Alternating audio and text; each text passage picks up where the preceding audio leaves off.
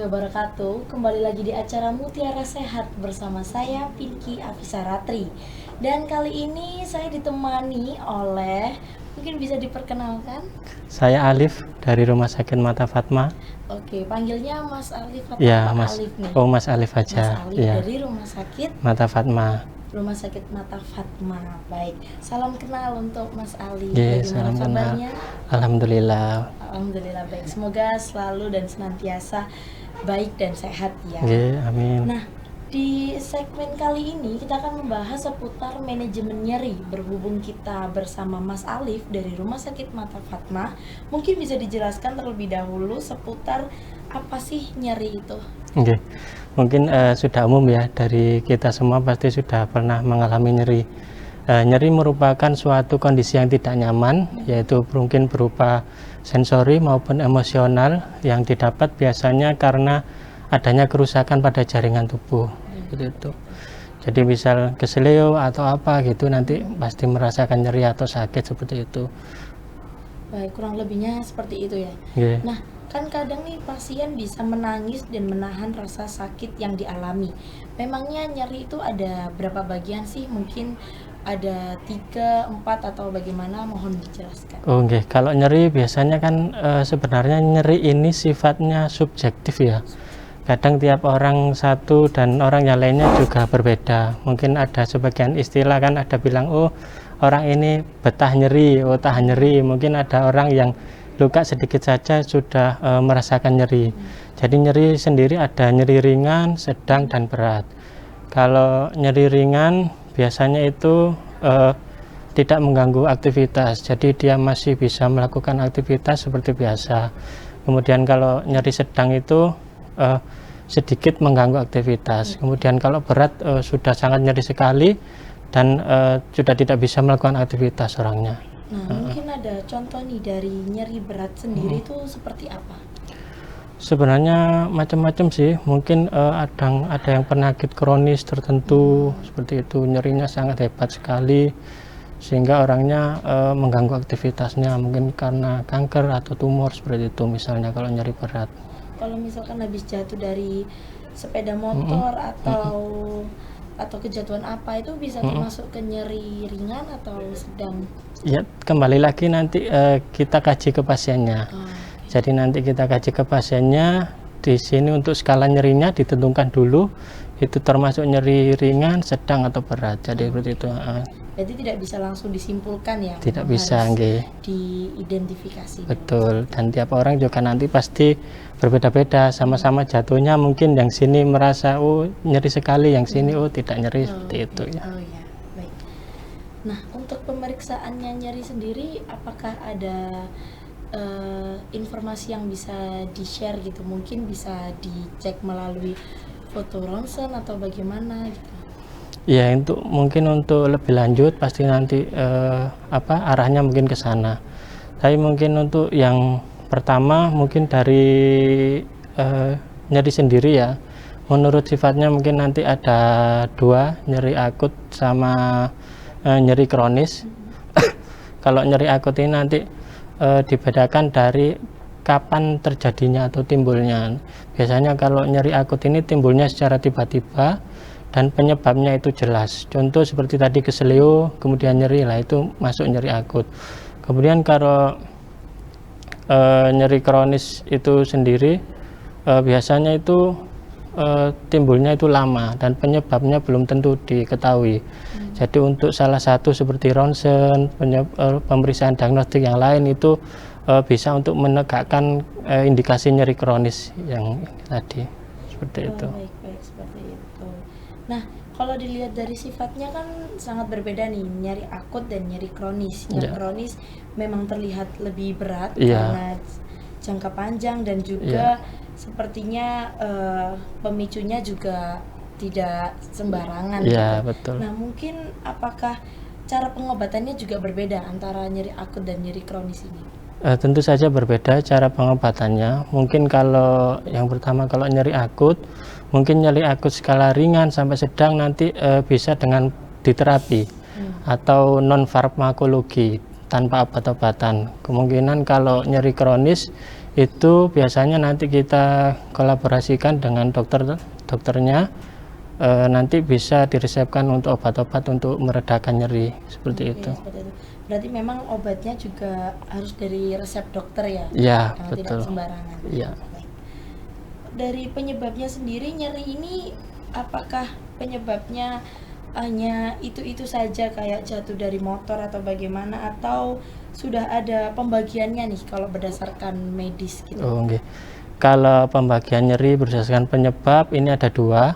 Yang pertama ini nyeri nociceptif, ya ini maksudnya ini nyeri sebenarnya di tubuh kita ada sebuah saraf yang menerima rangsangan namanya nociceptor. Jadi ketika terjadi kerusakan jaringan pada tubuh kita, maka saraf nociceptor ini akan bereaksi untuk langsung menghantarkan ke otak kita. Nah, biasanya penyebabnya nyeri nociceptif ini biasanya yang pertama karena itu tadi trauma mekanik atau benturan, kemudian keseleo, kena apa gitu jatuh, kemudian karena trauma termis, biasanya suhu, kena panas, kena dingin, sehingga nyeri, kemudian biasanya diakibatkan karena paparan bahan-bahan kimia. Itu untuk nyeri nociceptif. Kemudian yang kedua ini ada nyeri neuropatik. Jadi kalau yang tadi itu karena adanya kerusakan jaringan tubuh, kalau yang ini itu karena sarafnya yang terganggu. Jadi makanya itu kalau yang neuropatik ini sulit sekali diidentifikasi penyebabnya dari apa. Jadi tiba-tiba langsung nyeri gitu, seperti itu. Nanti perlu untuk pemeriksaan lebih lanjut. Oke, berarti yang nyeri neuropatik itu lebih riskan atau bisa dibilang lebih rumit untuk diketahui ya? Iya, penyebabnya juga belum jelas, harus memerlukan pemeriksaan yang lebih banyak. Nah, efek samping sendiri yang dirasakan sama pasien nih dari nyeri itu tadi gimana kira-kira? Biasanya kalau pasien-pasien merasakan nyeri itu yang sedang, terus kemudian mengganggu aktivitas, kemudian biasanya keringat dingin, kemudian tekanan darah meningkat, nadi meningkat, terus tampak ekspresi menahan nyeri, biasanya seperti itu. Kalau benar-benar pasiennya kesakitan, dari situ kita sudah bisa menilai, oh pasiennya ini nyeri, baru kita kaji nanti skalanya berapa, terus kemudian nanti terapi yang diberikan apa, apakah butuh hanya diterapi saja atau butuh farmakologi atau diberikan obat-obat pereda nyeri, seperti itu. Seperti itu. Memang penjelasan tentang nyeri ini tidak singkat karena tentunya menyangkut ke kesehatan kita semua. Nah, karena sepertinya masih akan ada informasi lebih lanjut seputar manajemen nyeri yang akan kita bahas, jadi jangan kemana-mana, kita akan kembali setelah iklan yang satu ini.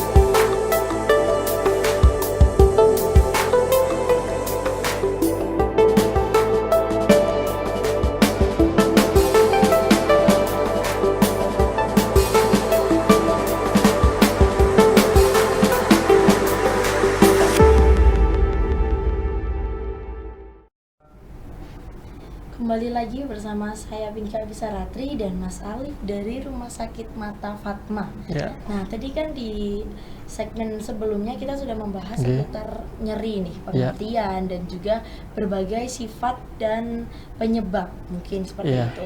Nah, coba nih sekarang boleh deh untuk Mas Alif dijelaskan atau mungkin untuk sharing buat kita semua seputar sakit nyeri yang ada di mata. Mungkin boleh dimulai. Baik, terima kasih. Untuk yang sakit nyeri di mata, kebetulan saya kan dinasnya dirawat inap, jadi biasanya itu nyerinya biasanya nyeri post-op katarak seperti itu. Kemudian pasien-pasien yang mengalami penyakit glaukoma itu pasti mengalami nyeri. Untuk yang pasien-pasien post-op katarak itu biasanya nyerinya tidak terlalu berat, kemungkinan ringan sampai sedang gitu aja. Nanti pasti untuk dari dokternya pasti memberikan obat-obat untuk menahan rasa nyeri, untuk mengurangi nyeri. Tapi nanti waktu setelah post op pasien pasti kita kaji. Jadi kita kaji Bapak Ibu ada keluhan nyeri apa enggak, kemudian nanti kalau ada skala nyerinya berapa, kemudian nanti kalau ringan biasanya nanti kita lakukan terapi sesuai dengan keperawatan, seperti itu. Ada beberapa teknik terapinya. Kemudian nanti kalau ternyata nyerinya sedang, itu biasanya kita konsultasikan lagi, kolaborasi sama dokternya untuk memberikan obat-obat nyeri. Biasanya yang nyerinya berat itu pada pasien-pasien dengan glaukoma. Jadi pasien dengan tekanan bola mata tinggi, jadi selain tensi darah, kalau di mata itu juga ada tekanan bola mata. Jadi sirkulasi cairan di dalam mata itu kalau terhambat atau tidak lancar, sehingga tekanan matanya menjadi tidak stabil. Biasanya nanti tekanannya tinggi. Nah itu pasti pasien-pasien mengalami nyeri yang sangat hebat. Jadi awalnya mulai dari mata, terus biasanya terasa itu menjalar ke belakang kepala seperti ini. Jadi biasanya nanti saking nyerinya pasien-pasien itu bisa sampai mual muntah. Ya. Bisa sampai pusing juga gitu berarti. Pusing, ya, pusing sekali. Karena pemicunya ada tekanan. Tekanan, iya. Nah untuk pengobatan sendiri tadi katanya ada terapi ya, terapi untuk nyeri. Nah itu terapinya bisa dilakukan dengan cara apakah hanya sekedar mengompres atau bagaimana? Kalau terapi itu biasanya kalau yang nyeri-nyeri ringan, misalnya post op atau apa, oh mas ini kok masih terasa nyeri ya, terus kita kaji skala nyerinya berapa Pak, 1 sampai 10 misalnya. 2, oh nggih, bagi kita coba untuk salah satunya ada teknik tarik napas dalam. Jadi fungsinya itu sebenarnya untuk agar tubuh ini relaksasi. Jadi untuk narik napas dalam, paru-paru terisi udara penuh, kemudian dikeluarkan, tarik napas lagi sesuai kebutuhan sampai berapa kali nanti biasanya tubuh akan merespon sehingga menjadi rileks. Nah itu diharapkan dengan adanya tubuh yang rileks, nyerinya itu bisa sudah tidak dirasakan lagi, seperti itu salah satunya. Salah satunya. Oke, mungkin bisa dijelaskan lebih lanjut jika ingin mengompres nih, misalkan biasanya budaya Indonesia nih ya sukanya kan coba-coba dulu mengobati sendiri. Nah itu kalau mengompres nyeri itu pakai air hangat atau air dingin lebih baiknya? Oh ya, mungkin yang pertama dari mata dulu. Saya jelaskan dari mata dulu. Kalau waktu sakit mata atau apa itu, kalau mata jangan keburu-buru dikompres dulu. Kalau mata kalau mata sebaiknya dikonsultasikan dulu ke dokter spesialis mata. Dok, ini boleh dikompres apa enggak, hangat atau dingin. Kalau penyebab yang lain seperti misalnya kena keseleo atau apa, memar atau bengkak, kalau memar itu waktu awal kejadian antara 0 sampai 48 jam itu boleh dikompres dingin. Tujuannya kalau kompres dingin itu kan vasokonstriksi, jadi menyempitkan pembuluh darah. Jadi waktu keadaan memar itu begitu kena keseleo misalnya itu kan seluruh aliran darah kan pasti menuju ke area luka yang sakit. Nah, kita kompres dingin tujuannya di situ disempitkan aliran pembuluh darahnya biar tidak semakin bengkak. Jadi darahnya yang ke situ biar tidak semakin banyak, seperti itu. Itu untuk kompres dingin.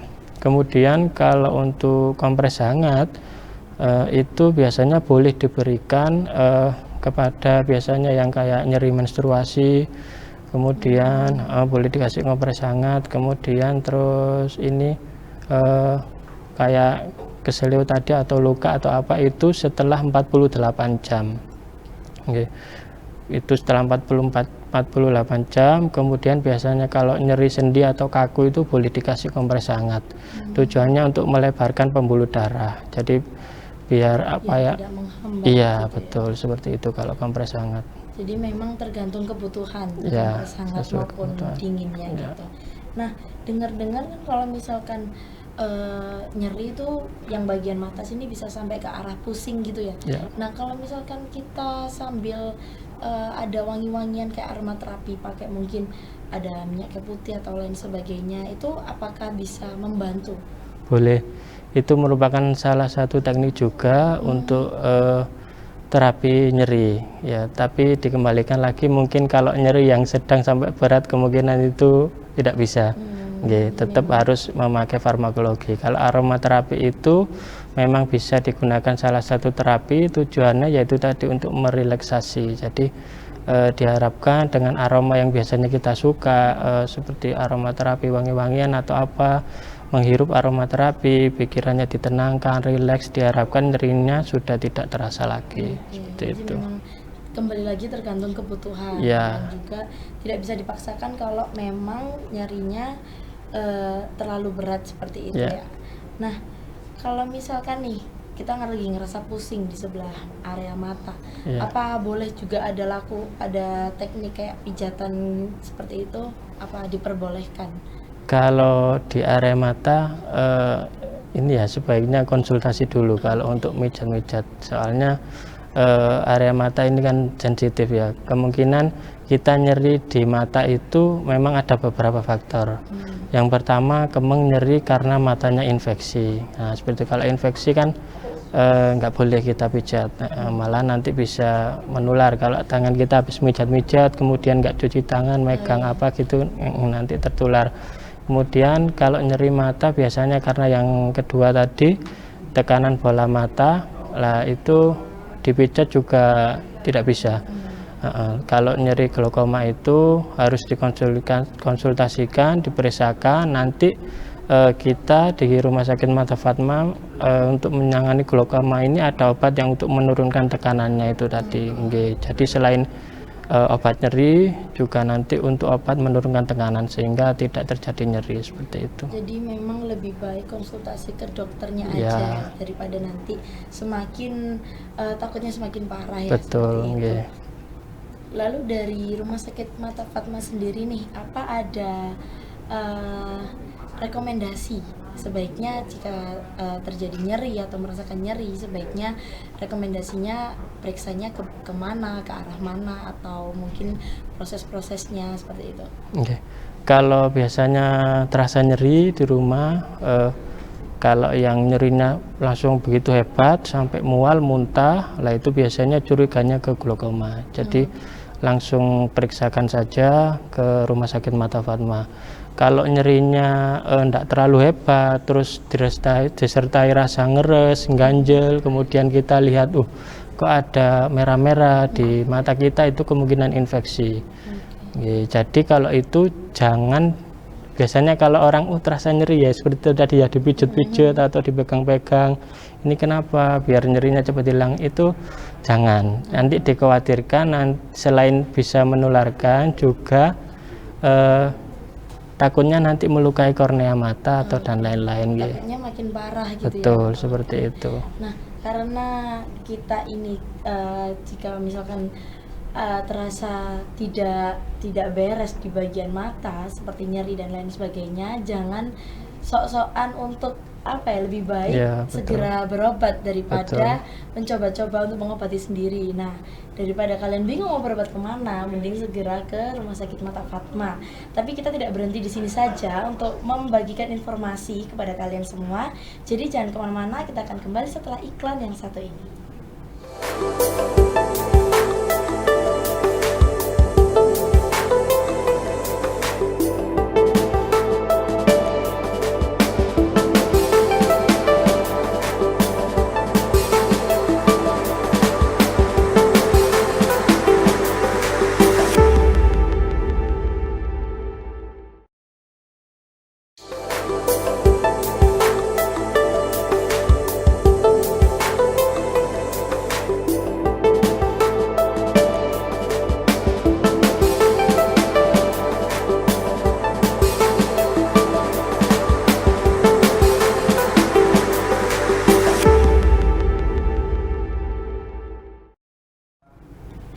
Kembali lagi bersama saya Pinka Absaratri yang akan membagikan informasi seputar manajemen nyeri yang akan dibantu oleh Mas Alif dari Rumah Sakit Mata Fatma. Nah, mungkin kita bisa melanjutkan nih pembahasan seputar nyeri dan cara pengobatannya. Tadi kan kita sudah membahas cara pengobatan nyeri mulai dari ada aromaterapi, relaksasi dengan nafas dalam. Nah mungkin bisa dijelaskan seputar pengalihan selain nyeri. Kalau misalkan kita merasakan nyeri akibat terlalu lama nih melihat gadget atau monitor, apakah dengan cara kita menonaktifkan gadget dahulu itu bisa menjadi salah satu cara pengobatan atau bagaimana? Bisa, mungkin dilihat dari tadi ya konteksnya, nyerinya ini ringan, sedang atau berat. Kalau nyerinya ringan, nanti salah satu tekniknya ada teknik distraksi. Jadi pengalihan, jadi pengalih perhatian. Jadi biar kita tidak merasakan nyeri. Pengalih perhatian bisa dengan menonton TV, kemudian bisa dengan melakukan aktivitas yang kita sukai, membaca buku, kemudian juga banyak yang lainnya. Jadi kita alihkan perhatiannya. Mungkin kalau keseringan lihat gadget itu kan pasti nyeri karena matanya lelah, paparan radiasi seperti itu ya. Jadi nanti kita istirahatkan mata kita dulu. Mungkin teknik distraksinya dengan cara kita mungkin ini selain aromaterapi, kemudian kita distraksi juga dengan mendengarkan musik-musik atau MP3 yang nyaman, rileks ya. Tujuannya biar kita rileks, nyerinya kita akhirnya bisa berkurang seperti itu. Nah, kalau misalkan terjadi nyeri tapi selama ini tuh main gadget juga jarang, terus tidak memakai kayak atau penglihatan bantuan seperti softline atau lain sebagainya, tapi tiba-tiba terasa nyeri sampai ada benjolan dan juga sudah berusaha diatasi dengan kompres. Itu kira-kira pemicunya kenapa? Itu banyak faktor pemicunya. Kembali lagi, kalau kita merasakan nyeri, kita lihat dulu kondisi mata kita, ada kemerahan atau enggak. Kalau salah satu tanda infeksi kan ada kemerahan, kemudian ada benjolan. Setelah dikompres, benjolan kok enggak hilang-hilang. Nah, ini biasanya kan biasanya ini rudeolum atau kalazion seperti itu ya. Penyakit memang ada benjolan di sini. Jadi kalau dikompres, enggak hilang-hilang, itu segera periksakan saja.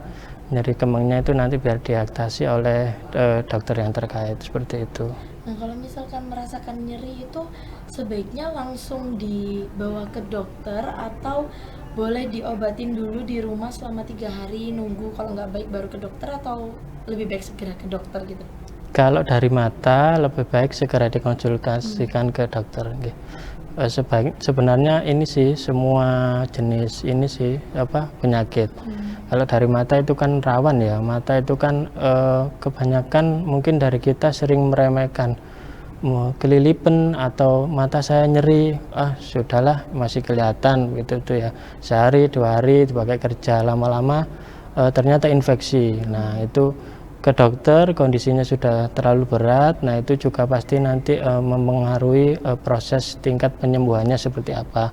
Kalau sedini mungkin kita aware atau kita tahu, kok mata saya tidak enak ya, mungkin gitu langsung kita periksakan, mungkin hal-hal yang terburuk juga sudah bisa dicegah nanti untuk selanjutnya ya seperti. Jadi itu memang lebih baik segera konsultasi ke dokter karena soal mata ini riskan ya. Riskan gitu. Dan Oke, mungkin bisa dijelaskan lagi nih Mas Alif seputar kalau misalkan kita merasakan nyeri di mata yang kita sendiri tuh, kalau misalkan pemicunya itu bisa dibilang awalannya gatal terus kita kucek-kucek atau kita biarin atau dibantu sebulin sama temen gitu, terus ternyata terjadi nyeri. Nah itu kira-kira apakah pemicunya memang dari kucek-kucek itu tadi atau ada cara mengatasinya lebih lanjut gitu?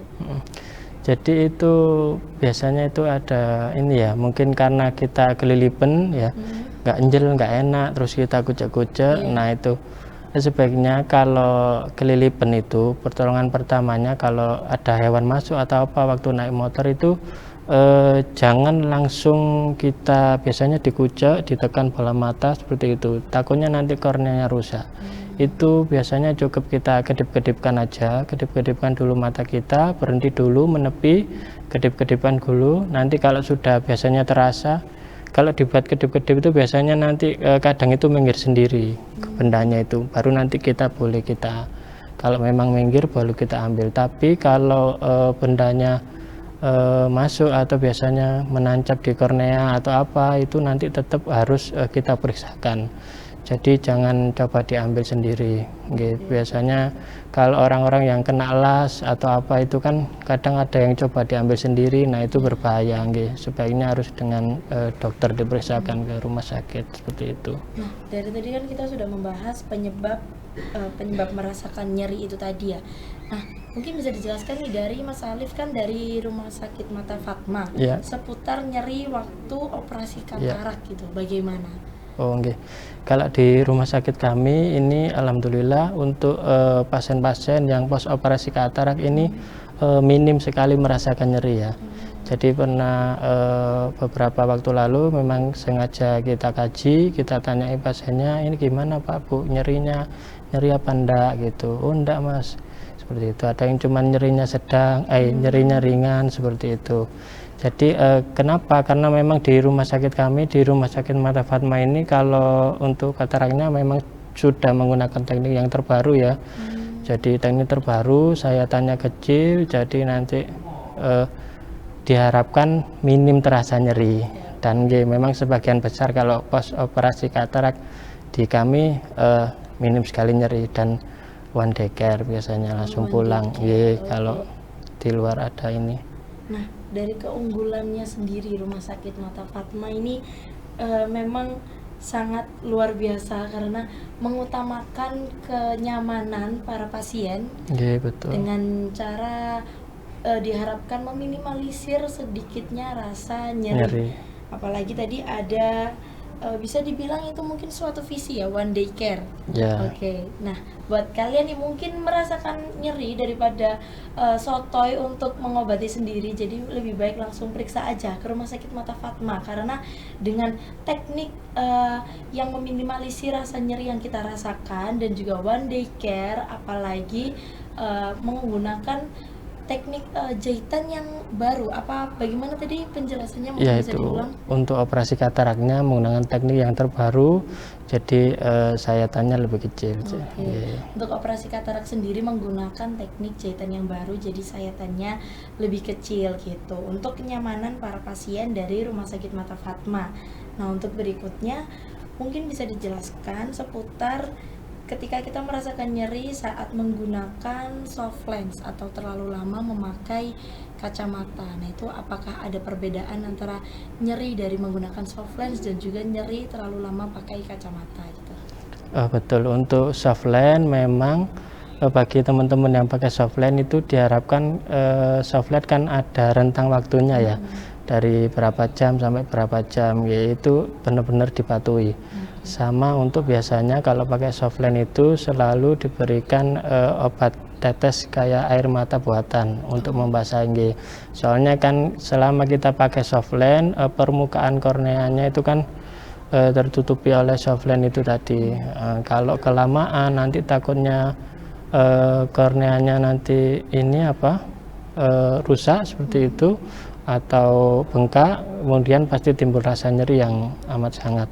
Kemudian kalau kacamata itu biasanya nyerinya mungkin karena kelelahan atau radiasi komputer seperti itu. Biasanya nanti kemeng di sini pusing-pusing, nanti istirahatkan dulu aja. Biasanya nanti ini cukup merem dulu kayak gitu 1 menit buat merem dulu, kedip-kedip, habis itu kerja lagi. Seperti itu biasanya untuk penanganan awalnya. Seperti itu, luar biasa sekali penjelasan dari Mas Alif ini. Jadi dari kita bisa lebih aware lagi soal mata karena merupakan hal yang riskan. Tapi sekali lagi saya bilang belum sampai di sini informasi untuk kalian dari saya dan Mas Alif. Jadi jangan kemana-mana, tetap bersama kita. Sampai jumpa di segmen berikutnya.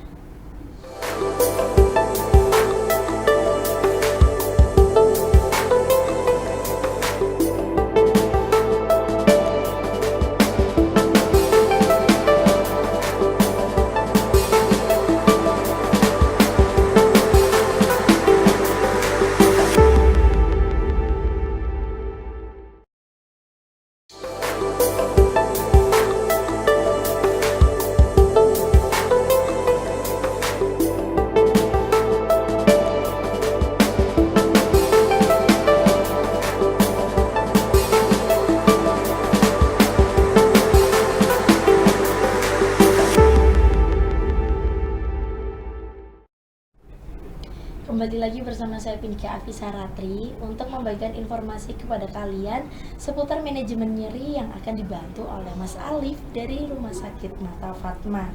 Nah, mungkin untuk Mas Alif bisa dijelaskan ulang terkait penanganan nyeri. Mungkin bisa lebih detail lagi agar pemirsa dan para teman-teman di sana lebih hati-hati lagi soal kesehatan matanya. Oke. Saya jelaskan untuk penanganan nyeri secara umum, dan apabila ada nyeri di mata, seperti yang saya sebutkan di awal, nyeri itu ada yang terapi, kemudian ada yang dengan farmakologi atau dengan obat. Kalau nyeri ringan sama sedang biasanya kita terapi. Nah, untuk terapinya sesuai dengan ilmu keperawatannya, yang pertama ada teknik nafas dalam. Jadi nanti kita alihkan perhatian pasien atau klien kita dengan tarik nafas, kemudian buang nafas, seperti itu diharapkan nanti kondisinya rileks sehingga nyerinya bisa teratasi atau berkurang. Kemudian yang kedua ada teknik distraksi. Jadi ini distraksi ini macamnya banyak, bisa dengan membaca buku, menonton TV, mendengarkan musik, MP3 seperti itu. Jadi kita alihkan perhatian kita agar tidak merasakan nyeri seperti itu. Kemudian yang ketiga seperti yang dibahas tadi bisa dengan aromaterapi. Jadi kita aromaterapi wangi-wangian seperti itu biar rileks, biar nyerinya tidak terasa seperti itu. Kemudian yang keempat ini juga ada untuk hipnoterapi. Nah, jadi pasiennya kita hipnoterapi, kita kasih sugesti, kita tenangkan biar pasiennya rileks sehingga tidak merasakan nyeri seperti itu.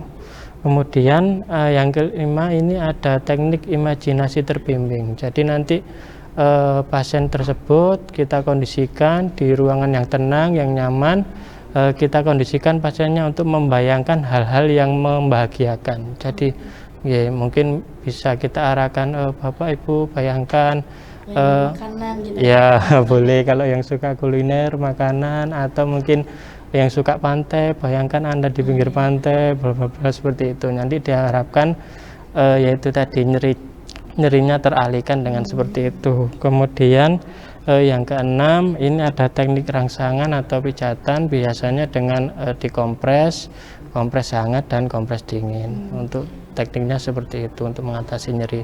Untuk yang nyeri sedang sampai berat, kita kolaborasi dengan dokter untuk pemberian terapi pengobatan untuk mengurangi nyeri. Seperti itu. Memang harus konsultasi ke dokter ya. Nah, untuk konsultasi ke dokter sendiri ini apakah menunggu kita merasa nyeri atau ada jadwal rutinan sendiri nih? Betul.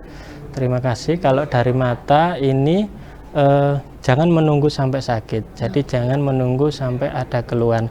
Biasanya salah satu ini ya, biasanya teman-teman kalau kacamata itu dia itu merasa nyaman, enak, lihat itu dirasa enak. Padahal ternyata begitu periksa itu ternyata minusnya sudah tinggi. Nah, jangan sampai seperti itu. Jadi sebaiknya kita periksakan rutin mata kita, biasanya setiap 6 bulan sekali. Ke rumah sakit mata, ke dokter spesialis mata. Diharapkan jadi nanti kalau ada penyakit sedini mungkin biar bisa diketahui. Jadi biar istilahnya kalau bahasa Jawa ini biar nggak kasep gitu ya. Betul, seperti itu ya. Nah, untuk informasinya mungkin cukup sampai di situ saja, tapi dari Mas Alif sendiri nih yang kita ketahui sebagai salah satu dari Rumah Sakit Mata Fatma, mungkin ada sedikit informasi tambahan atau reminder untuk kita semua dan juga agar kita ini lebih hati-hati lagi nih sama mata kita, lebih merawat lagi. Mungkin ada pesan-pesan untuk sahabat-sahabat di luar sana. Oke, baik.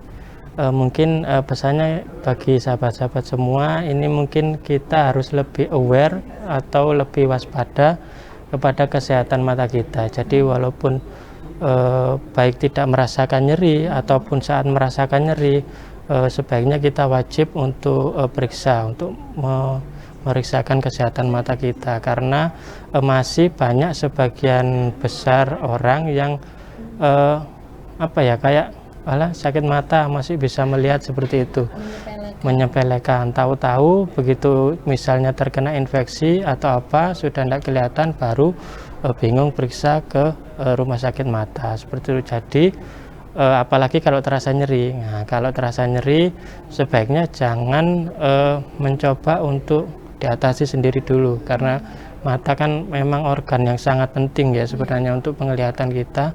Jadi jangan dikucek-kucek, kemudian jangan pegang-pegang, apalagi mungkin sebagian orang kadang masih ada kalau matanya nyeri ganjel dikira ada kelilipan padahal nggak ada.